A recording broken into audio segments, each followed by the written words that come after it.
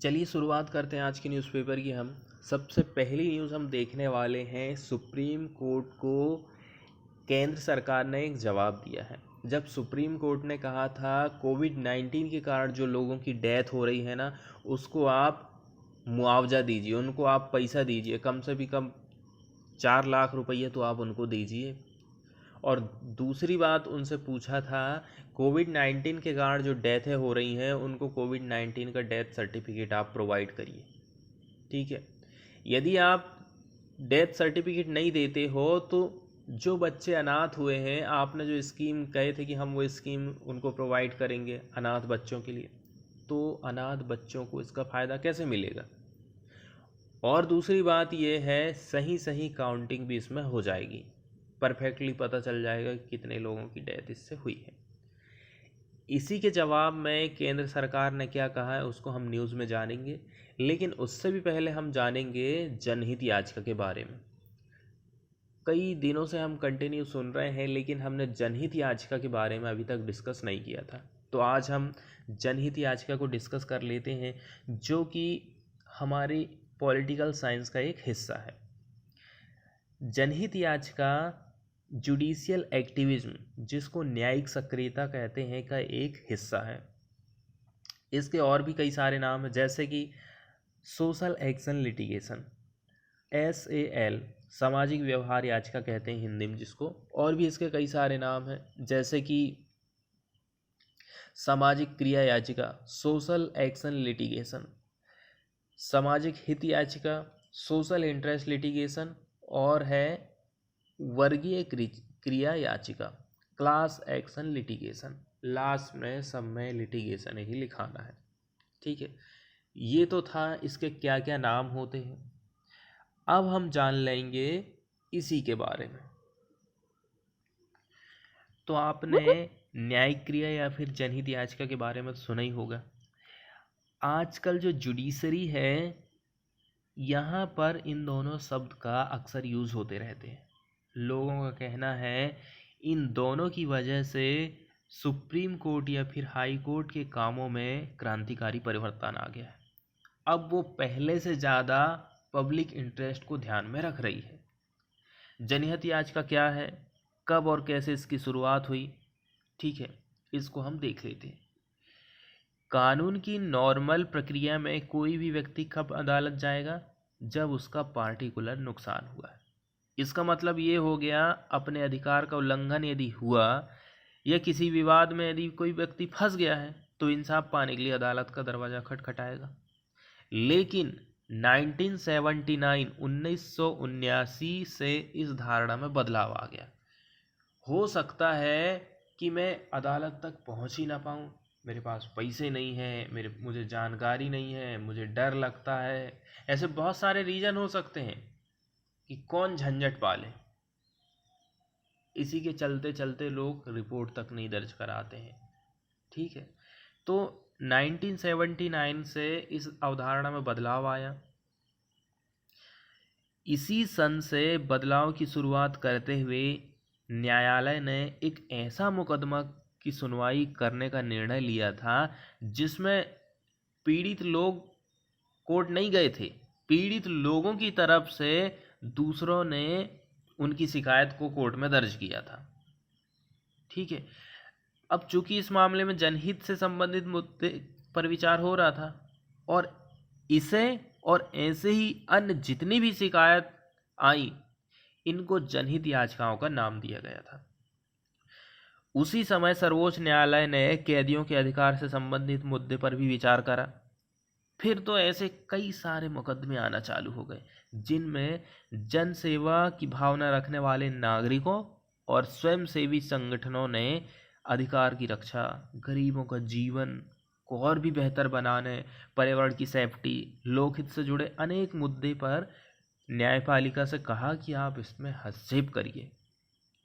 जनहित याचिका न्यायिक सक्रियता का सबसे प्रभावी साधन हो गई है। अब देखो, ये जरूरी नहीं है कि पार्टिकुलर कोई व्यक्ति जनहित याचिका को लेकर सुप्रीम कोर्ट या फिर हाई कोर्ट जाएगा।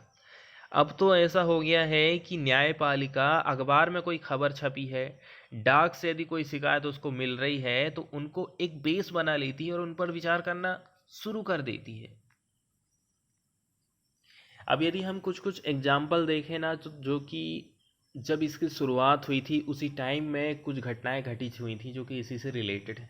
जैसे कि 1979 में समाचार पत्रों में जो विचाराधीन कैदी होते हैं उनके बारे में कुछ खबरें छपी थी। बिहार की जेलों में कैदियों को काफ़ी लंबी समय से बंदी बनाकर रखा गया था। जिन अपराध के लिए उन्हें गिरफ्तार किया गया है, यदि उसमें सजा हो जाती तो भी उतने टाइम तक वो कैद नहीं रह सकते थे। इसी खबर को आधार बनाकर एक वकील ने एक याचिका दायर कर दी थी। सर्वोच्च न्यायालय में ये मुकदमा चला। ये पहली जनहित याचिका के रूप में प्रसिद्ध हुई थी। इस मुकदमे को हुसैन आरा खातून बनाम बिहार स्टेट के नाम से जाना जाता है। एक तो ये हो गई। दूसरी हम देखने वाले हैं 1918 के तिहाड़ जेल के एक बंदी की। इसने सर्वोच्च न्यायालय के न्यायाधीश कृष्णा अय्यर को एक पत्र भेज दिया। इसमें उसने बंदियों को दी जाने वाली शारीरिक यातनाओं का वर्णन करा। न्यायाधीश ने उसे ही एक याचिका मान लिया। यद्यपि बाद में न्यायालय ने पत्रों को याचिका के रूप में स्वीकार करना की प्रथा समाप्त कर दी थी, लेकिन ये मुकदमा सुनील बत्रा बनाम दिल्ली प्रशासन 1980 के नाम से शुरुआती जनहित याचिका के रूप में प्रसिद्ध हुआ था। तो अब देख लेते हैं हम न्यूज़ के बारे में। देखो, massive distribution of x gratia. यदि हम बहुत बड़ी राशि, बहुत बड़ी मात्रा में लोगों को अनुग्रह राशि प्रोवाइड करते हैं तो इससे जो हमारा फाइनेंस सिस्टम है ना वो हिलने लग जाएगा, ऐसा सेंटर का कहना है। तो इसमें बहुत ज़्यादा स्ट्रेन आने वाला है। और दूसरी बात यह है, COVID pandemic not a one time disaster. इसके लिए हमें ब्रॉडर अप्रोच की ज़रूरत है, ऐसा केंद्र सरकार ने सुप्रीम कोर्ट को जवाब दी है। तो सरकार कह रही है ऑलरेडी से हमारे पास टैक्स का कलेक्शन कम हुआ है, हमारे पास पैसा वैसे भी कम है, और कोविड-19 जो पेंडेमिक है वो वन टाइम डिजास्टर नहीं है, सच एस एन अर्थक्वेक या फिर फ्लड, जिससे कि हम लोगों को कंपनसेट कर सकें। ठीक है, ऐसा केंद्र सरकार का कहना। मतलब केंद्र सरकार ने मना कर दी है कि हम जो है कंपनसेशन नहीं देने वाले। ठीक है, भले हम अदर जगह अभी खर्च कर देंगे। अदर जगह कैसे? चलिए इसके बाद हम न्यूज़ देख लेते हैं उड़ीसा से।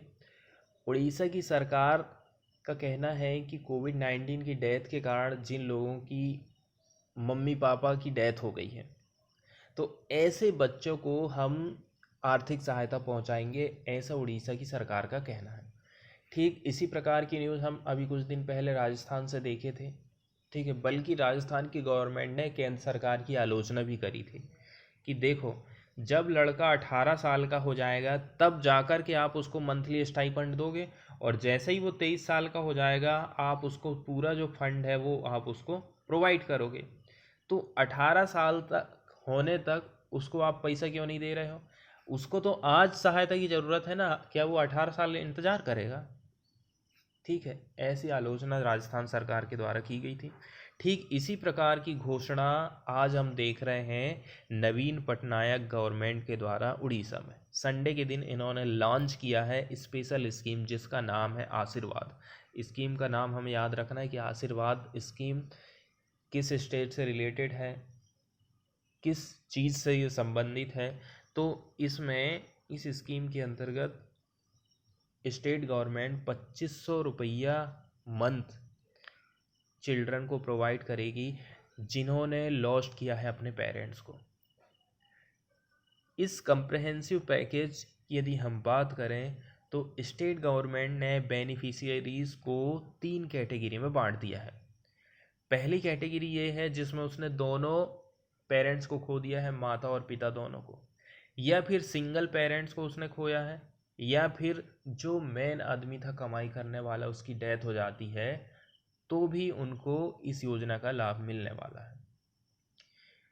तो जो स्टेट की गवर्नमेंट है वो कमिटेड है प्रोवाइड कर सके हम safe environment for holistic development of this children, जिनको ज़रूरत है special care of the society.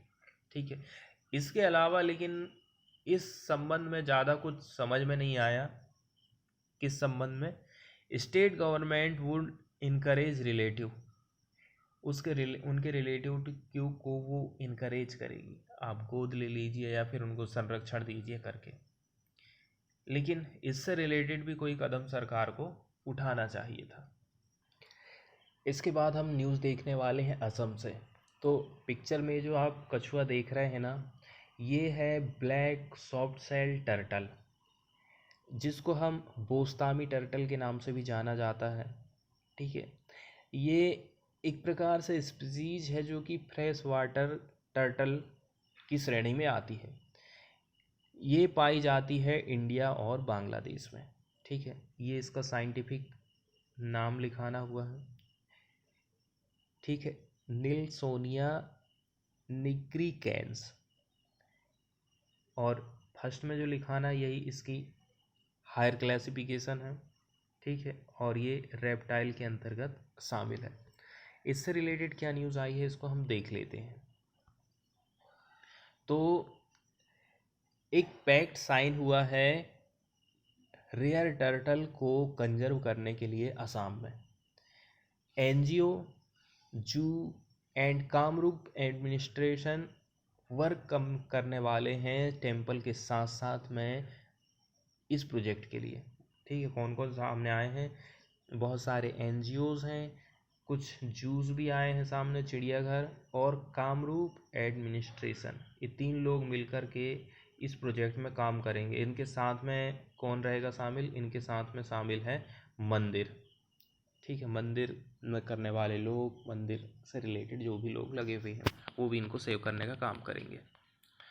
आगे हम यदि न्यूज़ देखें ना, जितने भी मेजर टेम्पल हैं असम में, उन्होंने एक मेमोरेंडम ऑफ अंडरस्टैंडिंग को साइन किया है with 2 green NGO, Assam state zoo cum botanical garden and the Kamrup district administration, काई के लिए long term conservation of the rare fresh water black softshell turtle, जिसको निलोसोनिया निग्रिकेंस भी कहा जाता है, वैज्ञानिक नाम है इसका। और एक विजन डॉक्यूमेंट 2030 को लॉन्च किया गया था। कब? Turtle survival alliance India and help earth. तो सबसे पहले इनका पैक्ट साइन हुआ, उसके बाद विजन डॉक्यूमेंट 2030 को लॉन्च किया गया था। ठीक है, इसमें इन्वॉल्व थे हायाग्रीवा मधावा टेम्पल कमेटी, और जो टेम्पल है ना, यहाँ पर दोनों ही कम्युनिटी के लोग आपको देखने को मिलेंगे, हिंदू और बुद्धिज्म, ये दोनों ही यहाँ पर पूजा पाठ करने का काम करते हैं। जगह का नाम बताया गया है हाजो, 30 किलोमीटर पड़ता है नॉर्थ ईस्ट गुवाहाटी से। ठीक है, गुवाहाटी का जो नॉर्थ और ईस्ट वाला हिस्सा है इधर ही पर पड़ता है हाजो। जब तक ये ब्रह्मपुत्र के ड्रेनेज सिस्टम में दिखाई नहीं दिया गया था, तब तक को यही लगता था लोगों को कि ये जो है एक्सटिंक्ट हो चुका है पूरे वर्ल्ड में। ठीक है, और ये केवल पाया जाता था ponds of temples in north eastern India and Bangladesh. 2 देशों में हमने देखे ना कि इंडिया और बांग्लादेश में इसकी प्रजाति पाई जाती है। और जब ब्रह्मपुत्र नदी में भी इसकी उपस्थिति हमको नहीं मिली, केवल मंदिरों में देखने को हमको मिलता था कि ये कछुआ पाया जाता है करके। तो जो मेमोरेंडम साइन हुआ है इसमें इसीलिए मंदिर को भी शामिल किया गया है। ठीक है, क्योंकि मंदिरों में भी कई सारे कछुओं की प्रजाति हमको देखने को मिलती है। तो international union for conservation of nature IUCN ने इसको क्रिटिकली इंडेंजर्ड की कैटेगरी में डाल के रखा है। लेकिन यदि हम लीगल प्रोटेक्शन की बात करें ना, तो उतना कोई ख़ास दिखाई नहीं देता है। हमारा यहाँ जो एक्ट बना है Indian wild life protection act of 1972।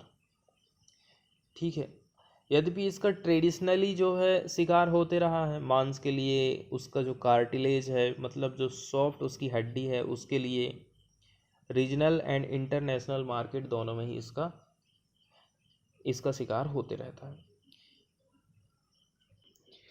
इसके बाद वाली न्यूज़ हम देखने वाले हैं नेवी से। नेवी की जो टीम है यूएस पहुंच गई है ताकि जो चॉपर की ट्रेनिंग है वो ले सके, क्योंकि हम वहां से हेलीकॉप्टर खरीदने वाले हैं। चॉपर मतलब होता है हेलीकॉप्टर। तो हेलीकॉप्टर यदि हमें ख़रीदना है तो उसको चलाना भी आना चाहिए ना, तो इसी हिसाब से उसकी ट्रेनिंग लेने के लिए कुछ लोगों की टीम यूएस चली गई है। इंडिया 24 MH-60R हेलीकॉप्टर खरीदने वाला है यूएस से। तो team of 18 navy personnel US पहुंच गई है for training on the MH-60R multi role helicopter, जिसमें हम 24 हेलीकॉप्टर खरीदेंगे।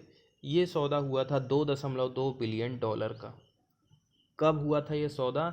जब प्रेसिडेंट डोनाल्ड ट्रंप फरवरी में 2020 में हमारे यहाँ पर आए थे। तो 3 हेलीकॉप्टर शेड्यूल किए गए हैं, ठीक है, नेवी को नेक्स्ट मंथ मिलने वाले हैं, जिनका यूज़ किया जाएगा for training in the US. जो पहला बैच है वो लगभग आ सकता है इंडिया बाय जून के महीने में 2022 तक, ऐसा डिफेंस ऑफिशियल का कहना है। ट्रेनिंग ऑफ जो फर्स्ट बैच है of air crew and technical crew will commence at. इसका मतलब ये है कि पहली जो बैच हम लेने वाले हैं तो एयर क्रू और जो टेक्निकल एयर क्रू है इसका आयोजन किया जाएगा पेंसोकोला फ्लोरिडा एंड सैन डियागो में, ऐसा ऑफिशियल का कहना है। अब यदि हम हेलीकॉप्टर की बात करें, इसको बिल्ड किया गया है लॉकहीड मार्टिन।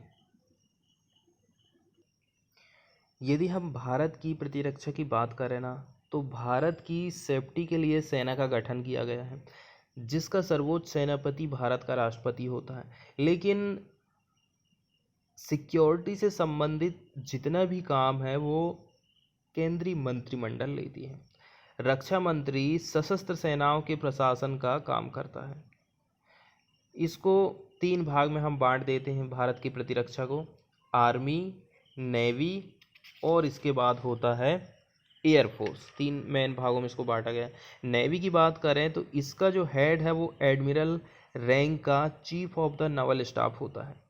इसका हेडक्वार्टर दिल्ली में है। समस्त जल सेना को 3 कमांड में फिर बांट दिया गया है। इसका अधिकारी एक वाइस एडमिरल होता है। प्रत्येक कमांड का विवरण देख लीजिए आप। पूर्वी कमांड, इसका मुख्यालय विशाखापट्टनम है। दक्षिणी कमांड, इसका मुख्यालय कोची में है। पश्चिमी कमांड, जिसका मुख्यालय है मुंबई में। आज यदि हम मैप वाला सेक्शन देखें ना, तो आज हम अफ्रीका की एक कंट्री है इथोपिया, इसका मैप देख लेते हैं। इससे रिलेटेड एक न्यूज़ आई है, इसी के चलते चलते आज हम इथोपिया को देख रहे हैं। सबसे पहले इथोपिया की हम बाउंड्रीज़ को देख लेते हैं, डायरेक्शन बना लेते हैं। सबसे पहले ऊपर चलते हैं नॉर्थ में। नॉर्थ में इरिट्रिया के साथ में इथोपिया अपनी बाउंड्री को शेयर कर रहा है। नॉर्थ से आप आओगे पूर्व की तरफ तो नॉर्थ और ईस्ट डिजिबूटी से अपनी बाउंड्री को शेयर करता है। फिर पूर्वी वाले हिस्से में स्थित है सोमालिया, ठीक है। तो सोमालिया पूर्व से चालू हुआ है और ये इधर साउथ दक्षिण तक यहाँ तक अपनी बाउंड्री को शेयर कर रहा है। फिर जब हम बढ़ते हैं इसके पश्चिमी वाले एरिया की तरफ दक्षिण से, तो दक्षिण में केन्या स्थित है। और यदि हम पश्चिम की तरफ चले जाएंगे तो फिर सूडान इसके साथ में बाउंड्री को शेयर करता है। ये तो हमने देख लिए किस किस के साथ बाउंड्री को शेयर कर रहा है। इसके अलावा हम देख लेते हैं यहीं से रेड सी कहाँ पर स्थित है। रेड सी इसके नॉर्थ वाले हिस्से की तरफ पड़ता है। गल्फ ऑफ अडेन कहाँ पर पड़ता है? तो इसका जो नॉर्थ वाला हिस्सा है और जो पूर्व वाला हिस्सा है, उन्हीं दोनों के बीच में गल्फ ऑफ अडेन स्थित है। इंडियन ओशियन किधर स्थित है? तो इंडियन ओशियन इथोपिया के पूर्व वाला हिस्सा और जो दक्षिण वाला हिस्सा है वहाँ पर स्थित है। तो जैसा कि मैप से स्पष्ट हो गया है, इथोपिया, ठीक है, and surrounding countries with the international border. थोड़ी सी यदि हम इसकी जानकारी देख लेना, तो इथोपिया जो है लैंड लॉक्ड स्टेट है in north east of the Africa. यदि हम कुछ समय पहले की बात कर लें तो कंट्री को नाम से जाना जाता, एबिसीनिया के नाम से जाना जाता था 1952 से लेकर के 1993 तक, ठीक है। पहले इथोपिया समुद्र के किनारे था, लेकिन जैसे ही इरिट्रिया इससे अलग हो गया, अब ये लैंडलॉक कंट्री बन गया था। किस किस के साथ में ये बॉर्डर को शेयर करता है? Djibouti, Eritrea, Kenya, Somalia, South Sudan and Sudan के साथ में। यदि यहाँ की मेजर रिवर के बारे में हम देखें ना, तो एड बराह रिवर, ठीक है, इसको also known as the Black Nile, तो इसको ब्लैक नील रिवर के नाम से भी जाना जाता है, जो कि ट्राइब्यूटरी रिवर है नील नदी की। इसके बाद एब्बे रिवर, इसको जाना जाता है ब्लू नील के नाम से। ये ओरिजिनेट होती है लेक टाना से। इथोपिया एक डैम को बिल्ड कर रहा है, ग्रेट इथोपियन रेनासेंस, तो इसका शॉर्टकट है GERD, इथोपियन रेनासेंस डैम। किस नदी पर? ब्लू नाइल रिवर पर, बॉर्डर पड़ती है सूडान के साथ में। इसके बाद है आवास रिवर, ठीक है, इसका सोर्स है इथोपियन प्लेटू में और एंड होती है एंडोहेरिक लेक एब्बे। और यहाँ की फेमस लेक है lake Tana, largest lake in the Ethiopia and source of the blue Nile river. ये कहाँ पर स्थित है? It lies in the Ethiopian highlands in the north of the countries. ये कुछ मेजर हमने लेक देख लिए हैं। तो इथोपिया के चुनाव से रिलेटेड ये न्यूज़ आई है, यहाँ पर ना 49 रजिस्टर्ड पार्टीज़ हैं जो कि इस पोल में कॉन्टेस्ट नहीं ले रही हैं। इसके अलावा कुछ अपोजिशन वाले पार्टी हैं, उनकी भी थोड़ी दिक्कत है। और अभी तक ये काफ़ी चुनाव डिले रहा है ना। यहाँ पर कई सारी कंडीशन है, जैसे कि pandemic, violent and insecurity, planning chaos. इसी के चलते चलते यहाँ पर जो चुनाव होने वाले थे उसमें थोड़ी देरी हो गई थी। अब यहाँ पर चुनाव कराए जाएंगे, ऐसा यहाँ की सरकार का कहना है। इसके बाद वाली न्यूज़ हम देखने वाले हैं सऊदी अरेबिया से। तो अभी कुछ दिन पहले यहाँ पर एक घोषणा की गई थी, ठीक है। घोषणा ऐसी थी कि मॉस्क में जो लाउड स्पीकर बजते हैं, अब वो अपनी लिमिट को 1/3 कर लें, जितना भी उनकी मैक्सिमम कैपेसिटी थी, ठीक है। इसके अलावा नॉट ब्रॉडकास्ट फुल सरमॉन्स। इसका मतलब ये था कि अपने जो उपदेश है ना उसका पूरा पूरा ब्रॉडकास्ट आप मत करिए। नॉइज़ पॉल्यूशन के चलते चलते ऐसा यहाँ की सरकार ने किया था, ये कदम उठाया था।